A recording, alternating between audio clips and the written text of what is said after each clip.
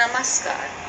आज मैं आप लोगों के समक्ष सुकरात, जो एक महान दार्शनिक हुए, संत हुए, उनके बारे में कुछ बताने जा रहे हैं। दुनिया का यह दस्तूर है कि ढोंगी व्यक्ति चाहे जितने ही नीच हों, आस्तिक बने रहते हैं, घंटी बजा लेते हैं, और सच्चे व्यक्ति जो अपनी बात स्पष्ट कह देते हैं, लोग उनको नास्तिक कहते हैं। सुकरात जिस प्रकार सत्य मार्ग पर चलते थे, समस्त जिज्ञासुओं को बिना किसी लाभ की आशा के हितकारी सलाह देते रहते थे, और इसके फलस्वरूप उन्हें अपनी जीविका के कार्य के लिए यथोचित समय भी नहीं मिल पाता था, जिसकी वजह से दरिद्रता का ही जीवन बिताना पड़ता था। उन्हें कभी क्या नास्तिक कहा जा सकता है? कभी नहीं। जो ईश्वर ये नहीं कहते कि मेरी पूजा करो, बल्कि समाज कल्याण के लिए जिसने अपने आप को पूरी तरह निछावर कर दिया, वही सबसे बड़ा ईश्वर भक्त है, ईश्वर का माने उपासक है। उन्होंने पूजा उपासना के बाह्य कर्मकांडों में भाग न लेकर अपना जीवन उन तमाम कार्यों के लिए अर्पित कर दिया था जिनको करने का भगवान ने आदेश दिया है। सुकरात कर्म फल के सिद्धांत पर विश्वास करते थे, और उसी का उपदेश देकर वे अपने अनुयायियों को सत्कर्म करने की प्रेरणा देते थे। जहाँ ईसाई और मुसलमान धर्मों में मनुष्य का पुनर्जन्म नहीं माना गया है, वहीं सुकरात भारतीय मान्यता के अनुसार आत्मा के पुनर्जन्म के सिद्धांत को मानते थे। उन्होंने भी यह कहा है कि मनुष्य अपने कर्मानुसार विविध योनियों में जाता है। भगवत गीता की तरह ही सुकरात ने यह माना कि सबसे नीचा अधम दर्जा उन लोगों को मिलता है जो संसार के भोगों में ही सर्वथा आसक्त रहते हैं और हर किसी उपाय से उसे पूरा करते हैं। मध्यम दर्जा उन लोगों को प्राप्त होता है जो धर्मानुकूल मार्ग से सांसारिक भोगों को भोगते हैं और दूसरों के हित का भी ख्याल करते हैं। वे उत्तम मनुष्यों के घर जन्म लेते हैं।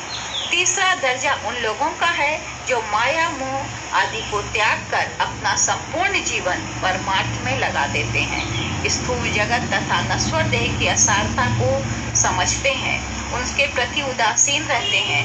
वे उत्तम गति यानी स्वर्गीय स्थिति को प्राप्त होते हैं। इतना ही नहीं, सुकरात ने आत्मा की सदगति और दुर्गति का भी वर्णन किया है। ये सारी बातें उनके आस्तिकता के ही प्रमाण हैं। सुकरात जिस समय थे, उस समय एथेंस के निवासियों का भौतिक सुख के प्रति आकर्षण बहुत ज्यादा बढ़ गया था।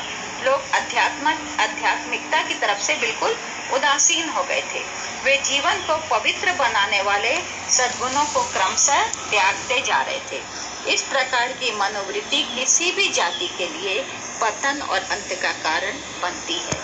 इसीलिए सुकरात अपने समकालीन लोगों में भौतिकवादी विचारधारा के प्रवाह को अवरुद्ध करके आध्यात्मिक भावनाओं को प्रवेश कराने के लिए प्रयत्नशील थे। एथेंस के कुछ लोग उनके आध्यात्मिक उपदेशों को अपने लौकिक जीवन के लिए हानिकारक समझते थे। उनके उपदेशों को सुनकर बहुत नवयुवक जो थे वो उनके अनुयायी बनते जा रहे थे और कर्म कांडों की अपेक्षा उच्च आध्यात्मिक तत्वों को ज्यादा महत्व देने लगे थे। इसीलिए उनके अभियोगकर्ताओं ने यह कहा कि या तो सुकरात अपने उपदेश देने का काम बंद कर दे या एथेंस को छोड़कर अन्यत्र चला जाए, तो उसको मृत्युदंड नहीं दिया जाएगा। इस पर सुकरात ने कहा, एथेंस के नागरिकों, मैं आप लोगों का सम्मान करता हूँ, आप लोगों से मुझे प्रेम है, पर आप लोगों की अपेक्षा मैं भगवान की आज्ञा का पालन करना श्रेष्ठकर समझता हूँ, और जब तक मुझ में प्राण और कार्य करने की शक्ति है, तब तक मैं दार्शनिक तत्वों का अध्ययन और उनका प्रचार करने से विमुख नहीं हो सकता। उन्होंने कहा, मेरे विरुद्ध जो अभियोग लगाए गए हैं, उनका वास्तविक कारण मेरी आस्तिकता अथवा नास्तिकता नहीं है, वरन कुछ लोगों ने मेरे विरुद्ध जो विद्रोह फैलाया है, वही उसका सच्चा कारण है।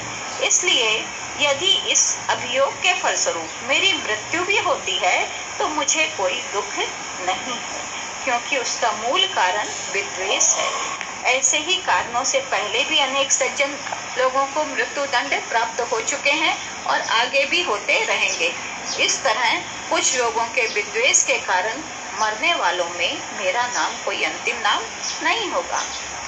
देखिए, गौर से विचार करें तो सुकरात का विश्वान द्वारा मृत्यु दंड एक प्रकार से उनका आत्म बलिदान था। उनको न्यायालय ने प्राण दंड के बदले में यह सुविधा दी थी कि अगर वे अपना उपदेश करना छोड़ दें अथवा किसी अन्य स्थान पर चले जाएं, तो उन्हें मुक्त कर दिया जाएगा। साथ ही एथेंस का ये नियम है, उस जमाने में था जो भी है, कि कुछ धन दंड देकर भी प्राण दंड से बच सकते थे। उनके अनुयायी इसके लिए भी तैयार थे। उनके एक शिष्य प्लेटो ने तो यहाँ तक की थी कि जेल से मिल करके और इस बात की व्यवस्था कर ली थी कि सुकरात चाहे तो चुपचाप जेल से निकलकर अन्यत्र चले जाएं, परंतु सुकरात ने इनमें से किसी भी उपाय को अपने सिद्धांत और चरित्र के अनुकूल नहीं समझा। उन्होंने अपने जीवन का एकमात्र लक्ष्य अपने समकालीन लोगों को आध्यात्मिकता की ओर प्रवृत्त करना ही बना लिया था। अतः ऐसी स्थिति में वे स्वयं किसी हीन उपाय द्वारा अपनी प्राण रक्षा करते तो इससे आध्यात्मिकता के प्रति सर्वसाधारण की भावना जो थी वो निर्बल पड़ती।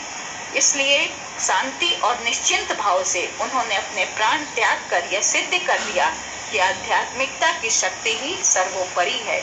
इस घटना से सुकरात के सिद्धांतों, आत्मा की अमरता संबंधी विचारों